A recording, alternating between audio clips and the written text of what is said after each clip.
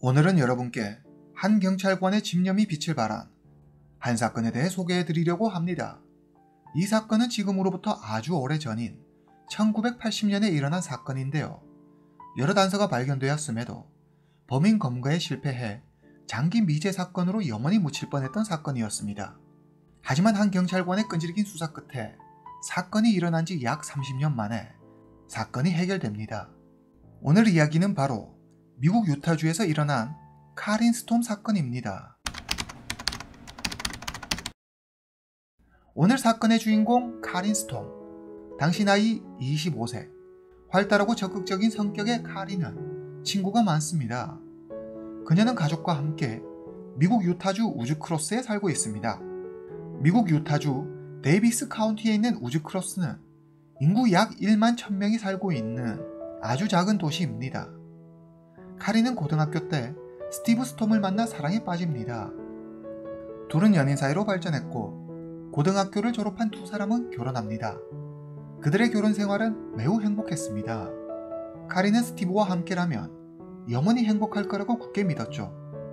그러나 카린의 바람과는 달리 이들의 행복은 그리 오래가지 않았습니다. 시간이 지남에 따라 진한 사랑의 감정은 점점 그 빛을 발했고 급기야 이들의 사랑에도 금이 가기 시작합니다. 결혼하고 3년이 지난 어느 날, 더 이상 상대에게 뜨거운 사랑의 감정을 느낄 수 없었던 카린과 스티브는 별거하기로 결정합니다. 그리고 얼마 지나지 않아 카린에게 엄청난 불행이 찾아옵니다. 카린에게 무슨 일이 생긴 것일까요? 함께 1980년 6월 5일로 가보겠습니다. 1980년 6월 5일 목요일, 미국 유타주 우즈크로스. 카린의 전화가 울립니다. 별거 중인 남편 스티브의 전화였습니다. 카린, 오랜만에 저녁이나 같이 먹을까? 오늘은 스티브의 생일입니다. 게다가 며칠 뒤엔 두 사람의 결혼 기념일이죠. 별거 중인데 특별한 날을 챙긴다라 뭔가 일반적인 것 같지는 않습니다. 카린은 남편 스티브의 제안에 응합니다. 이날 저녁 오랜만에 만난 카린과 스티브는 맛있는 저녁을 먹고 집으로 돌아옵니다. 스티브는 잠시 집에서 휴식을 취하고 출근 준비를 합니다. 그는 호수 옆 한 공장에서 일하는데 오늘은 야간 조라 밤 12시 30분부터 아침 7시까지 근무합니다. 카린은 혼자 TV를 보다 잠이 듭니다. 다음날 아침 7시, 스티브는 아내 카린을 깨우기 위해 전화합니다. 그런데 몇 번이고 전화해도 그녀는 전화를 받지 않습니다. 스티브는 이상했습니다. 보통 때 같으면 벌써 일어나 출근 준비를 하고 있을 카린인데 스티브는 걱정이 되기 시작했습니다. 그는 퇴근하자마자 서둘러 차를 몰아 집으로 향합니다. 집에 도착한 그는 먼저 부엌으로 달려갑니다. 혹시 카린이 메모를 남기고 출근했을지도 모르기 때문이죠. 하지만 메모도 아침을 먹은 흔적도 보이지 않았습니다. 카린이 늦잠을 잔다고 생각한 스티브는 침실로 갑니다. 그리고 눈앞에 펼쳐진 모습에 놀라 그대로 주저앉고 맙니다. 카린이 피를 흘리며 바닥에 쓰러져 있는 게 아니겠습니까? 스티브는 허둥지둥 전화기를 찾아 경찰에 신고합니다. 잠깐의 시간이 흐르고 신고를 받고 출동한 경찰과 구급대원이 현장에 도착합니다. 그러나 모든 것은 이미 늦은 뒤였습니다. 카린은 숨을 쉬고 있지 않았습니다.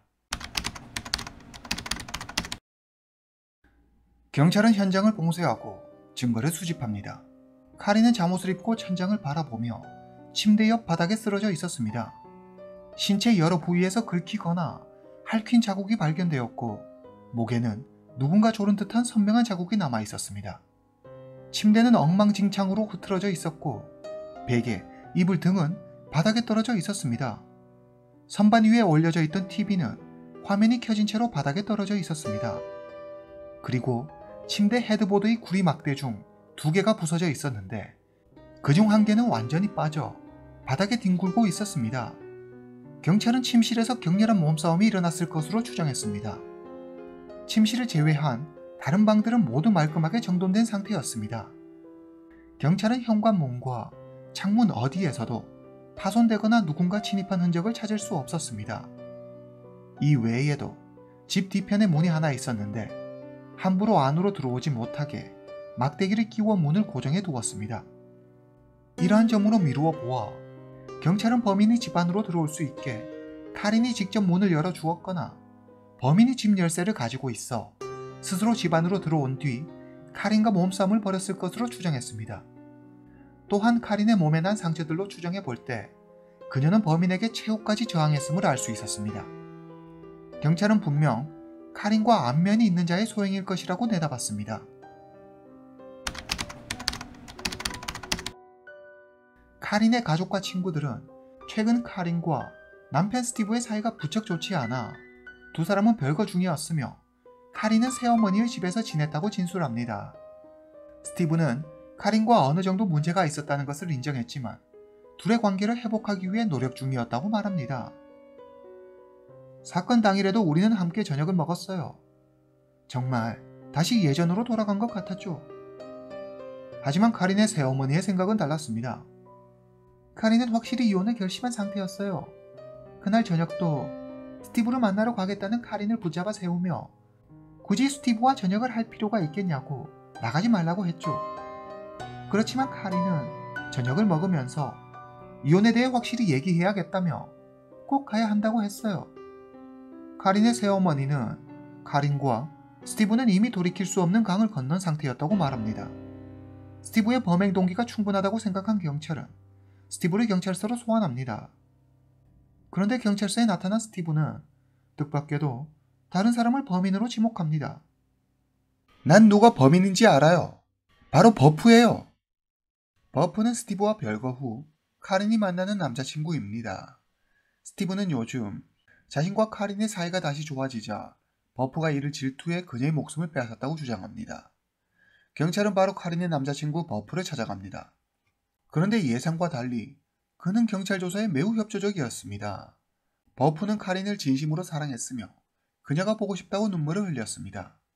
카린의 친구들은 카린은 버프와 함께 있을 때 매우 행복해했어요. 그녀는 버프를 사랑했죠. 하지만 카린과 스티브의 사이는 그다지 좋지 못했죠. 질투를 한 사람은 버프가 아니라 스티브겠죠.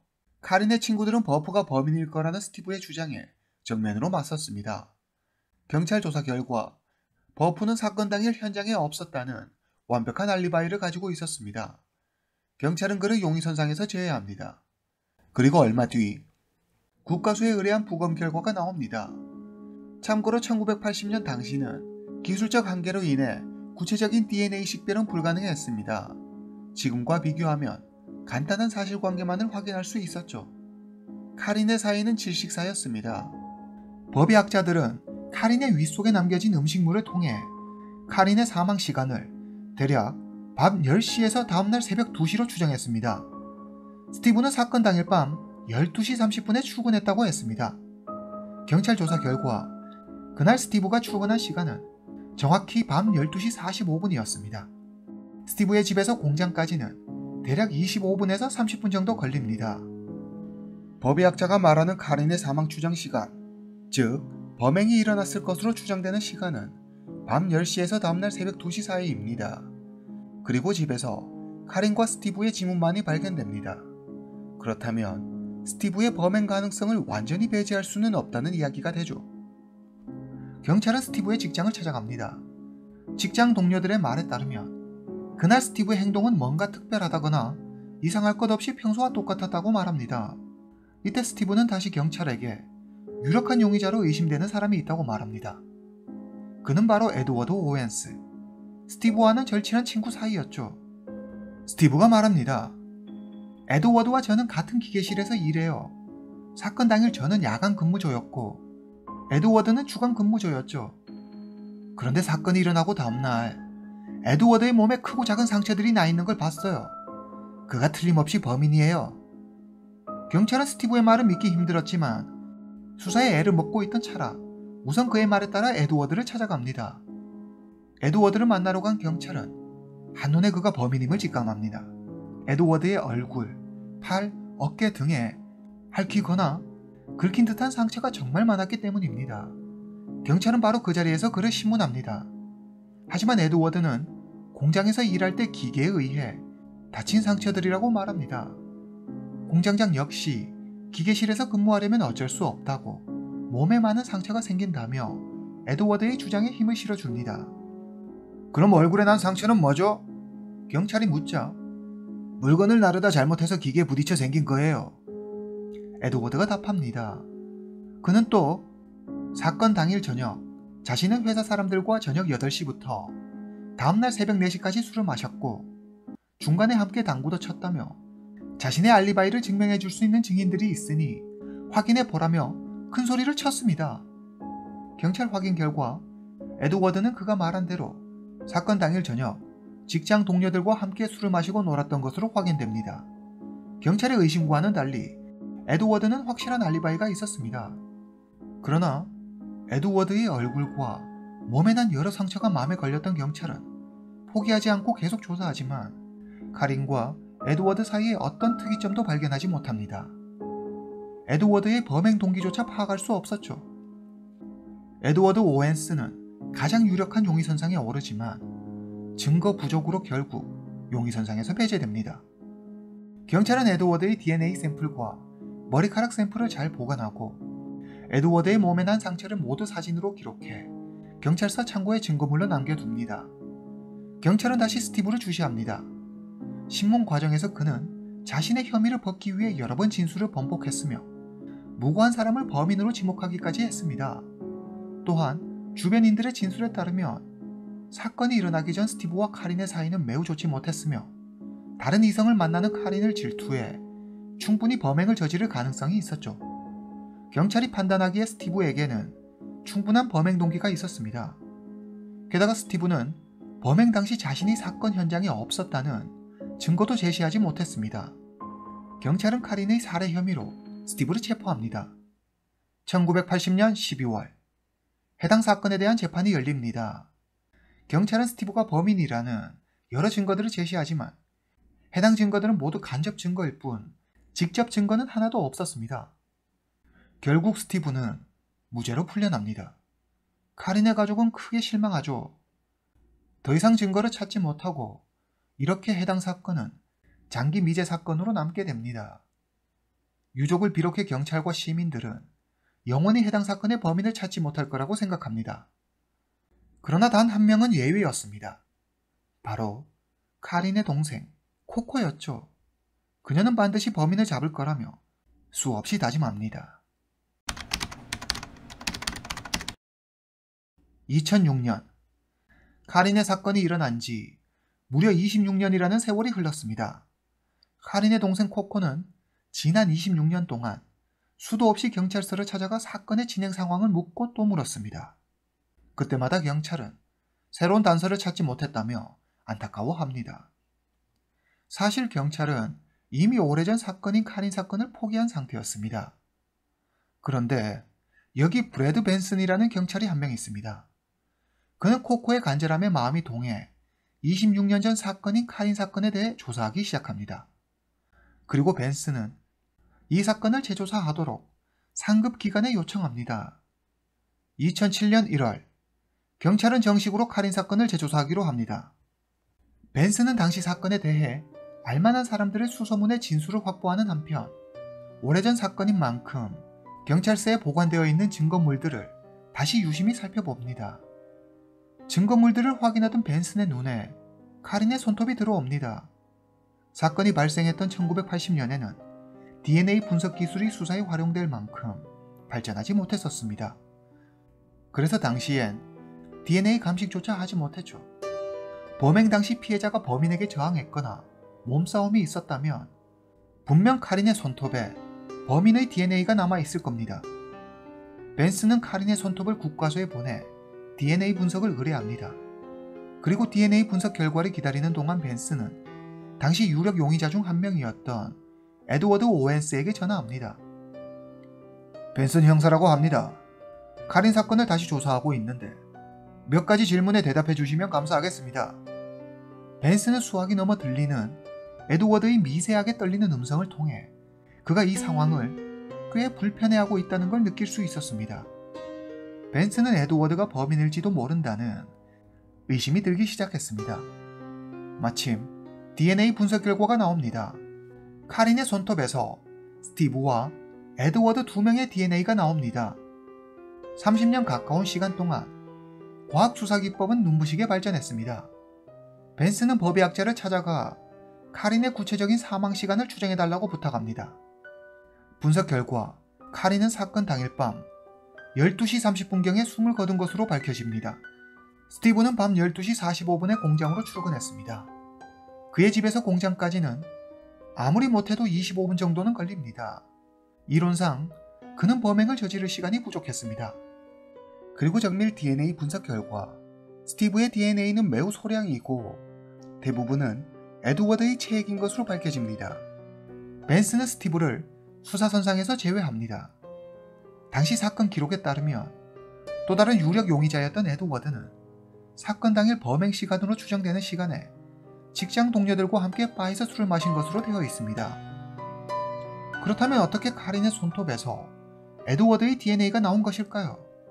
벤스는 당시 에드워드와 술을 마신 것으로 기록되어 있는 직장 동료들을 찾아 그때의 상황에 대해 질문합니다. 그들의 말에 따르면 사건 당일 저녁 8시부터 다음날 새벽 4시까지 에드워드와 함께 술을 마신 것은 사실이지만 그 시간 동안 에드워드가 내내 바에 함께 있었다는 건 100% 확신할 수 없다고 말합니다. 그렇다면 에드워드가 잠시 동료들과 함께 있던 바를 빠져나와 카린의 집에 들러 범행을 저질렀을 가능성 또한 있다는 이야기가 됩니다. 벤스는 에드워드의 몸에 난 상처들을 찍어둔 사진을 하나하나 살펴봅니다. 아무리 살펴봐도 기계에 다친 상처로는 보이지 않았습니다. 오히려 사람과 몸싸움을 벌일 때 흔히 나타날 수 있는 상처들로 보였죠. 벤스는 본격적으로 에드워드를 조사하기로 합니다. 그런데 생각지도 못한 일이 일어납니다. 에드워드는 아내에게 다시는 돌아오지 않을 거라며 편지 한 통만을 덜렁 남겨둔 채 떠나버린 것입니다. 그의 신용카드 내역을 조회해보니 에드워드는 독일을 경유해 이미 멕시코로 도망간 뒤였습니다. 가장 유력한 용의자 에드워드가 도망가 버리면서 카린 사건은 다시 한번 미궁 속으로 빠지고 맙니다. 2007년 3월 반가운 소식이 하나 들려옵니다. 멕시코로 도망갔던 에드워드가 가지고 있던 돈을 모두 탕진하고 더 이상 버틸 수 없어 다시 미국으로 돌아온다는 것입니다. 다시 희망이 생긴 벤스는 에드워드에게 전화합니다. 어서 오라고! 당신을 잡아 넣을 증거는 충분하다고. 그러니 미국으로 돌아오자마자 자수하는 게 좋을 거야. 에드워드는 미국으로 돌아온 후 자기 발로 경찰서를 찾아갑니다. 에드워드의 가족은 그를 변호하기 위해 캘리포니아에서 아주 유명한 변호사를 고용합니다. 에드워드의 변호사는 카린의 손톱에서 발견한 DNA는 피부 조직이 아닌 남성의 체액이며 이는 에드워드와 카린이 부적절한 관계였기 때문에 생긴 결과일 뿐이라며 에드워드는 해당 살인사건과 무관하다고 주장합니다. 그럼 멕시코로 왜 도망간 거죠? 검찰의 질문에 에드워드는 도망간 것이 아니라 친구를 만나기 위해 멕시코를 방문한 것이며 해당 사건의 용의자가 되었다는 것을 알고 미국으로 돌아와 자신의 경찰서를 찾아간 것입니다. 변호사는 이런 말도 안 되는 말들을 늘어놓으며 에드워드를 변호합니다. 이 재판의 결과는 어떻게 되었을까요?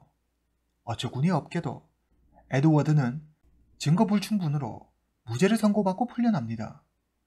허무하게 풀려나는 에드워드를 보고 벤스는 크게 실망하지만 포기하지 않고 다시 증거를 찾기 위해 고군분투합니다.